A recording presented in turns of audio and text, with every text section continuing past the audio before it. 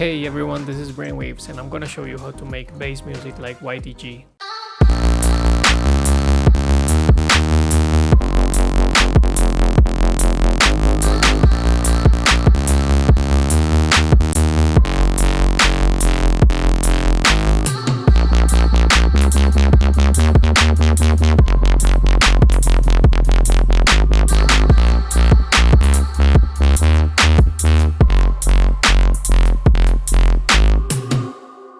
This whole project file, as usual, is available on my Patreon along with many others, so feel free to check the link in the description if you want to get it, and let's get started. So the BPM for this one is 145. The drums by themselves, they sound like this.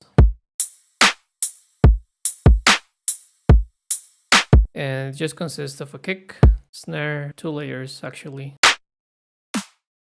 then 3 hi-hats. First one, second one, both of those are playing at the same time. And then the second part of the drop, there's another hi-hat.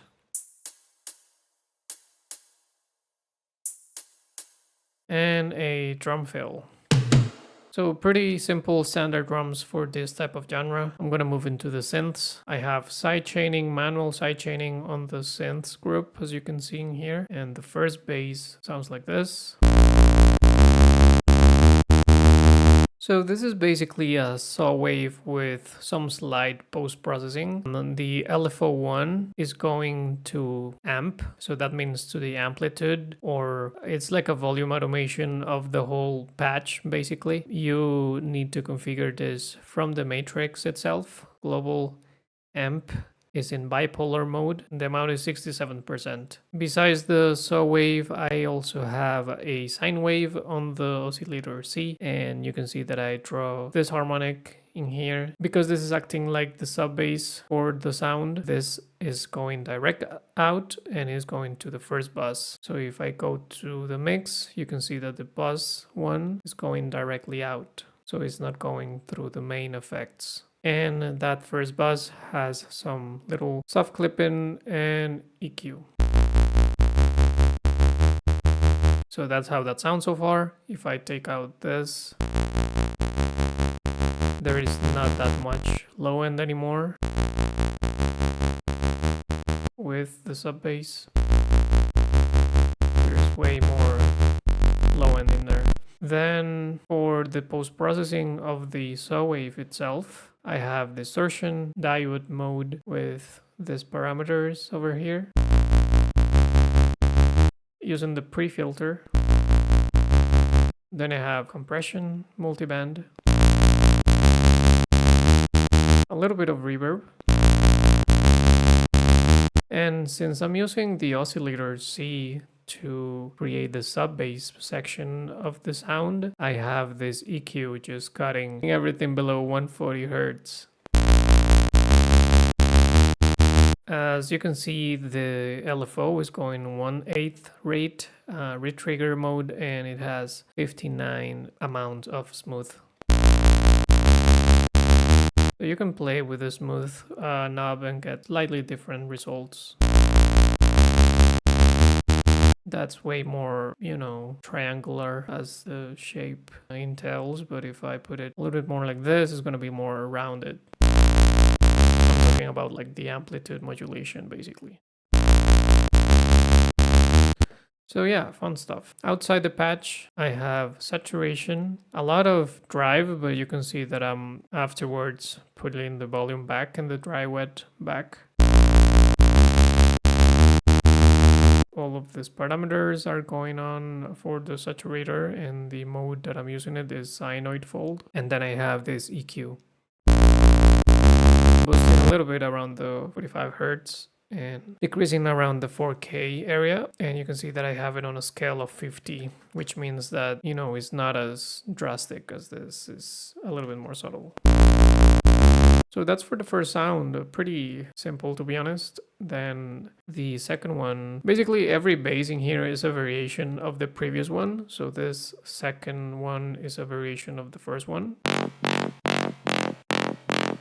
You can see that now the LFO1 has a different shape and it's routed to way more stuff. So like the saw wave level, the level of the oscillator Z, which continues to be the sub bass. I also put a filter, and now it's affecting the filter cutoff as well. We also have the amplitude modulation still, probably with the same parameters. 80% this time actually, just a little bit more. And yeah, I'm also controlling the volume of the oscillator C. So I'm gonna mute the effects for you to hear how they sound without any of that.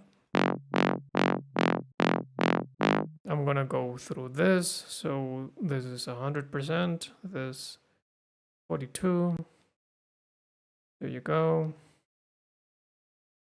Smooth is 64, and then I have some chorus in here, some hyperdimension, some distortion, linear fold this time, multiband compression, the EQ, because of the sub bass, this post-processing hasn't changed at all, so that's why I'm not gonna go through that, because it's the same as the previous patch. And then some reverb. So that's for that one. Obviously what's doing most of the difference is the filter and the movement of that filter, and obviously the effects are just creating a wider and more distorted sound. Outside of the patch, I just have this EQ cutting everything below 150. For the first part, because in the second part I'm having the bass to play as the only layer, so in that part I'm letting the sub bass be also in there.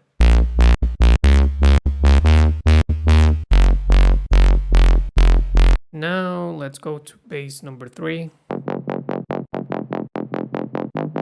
which that's just a layer of the bass number 1. It acts as a layer of bass number 1, and it's a variation of the second bass. So first thing first, outside of the patch I have like this EQ cutting everything below 150. Then inside the patch, once again, the LFO shape is different.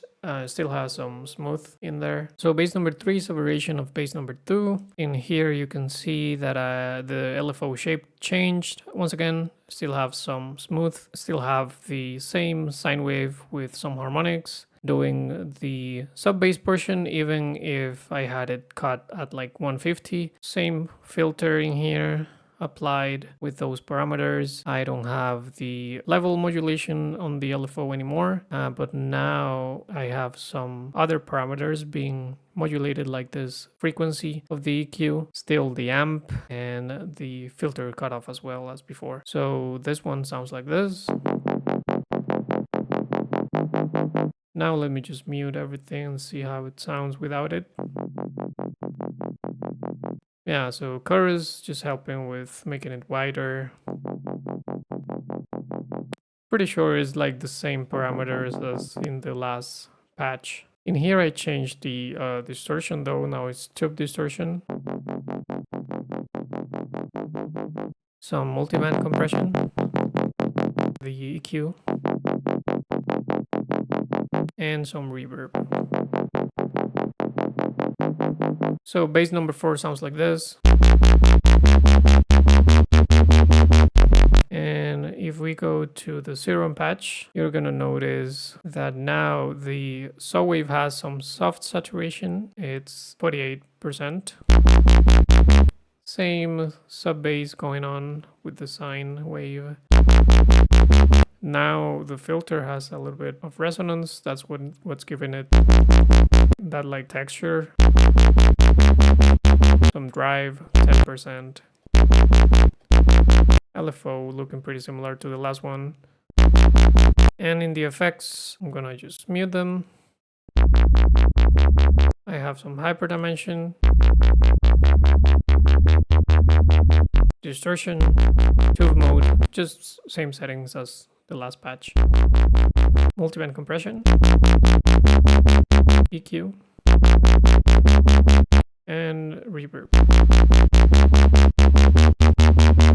And that's how that sounds. Once again, obviously the filter is doing most of the movement, or all of the movement actually.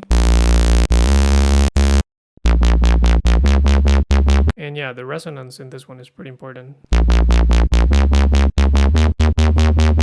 all of them have the amp modulation. That's something important as well. So that's for all the bases. Now, besides that, I just have some background fillers, like some reverb hits.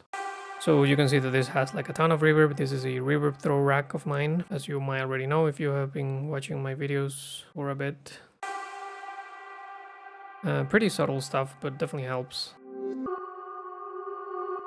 I have like that reverse vocal thing, then that like little string filtered, and some kind of like ad-libs with reverb and delay, and that's helping with the flow of the drop. So yeah, that's pretty much it for this one. As I mentioned, the whole project file is available on my Patreon, and also I'm doing one-on-one coaching and mixing mastering gigs, so if you're interested, the link in the description or reach out to me. Thanks for watching. Please leave a like, subscribe, leave a comment. I hope I see you around.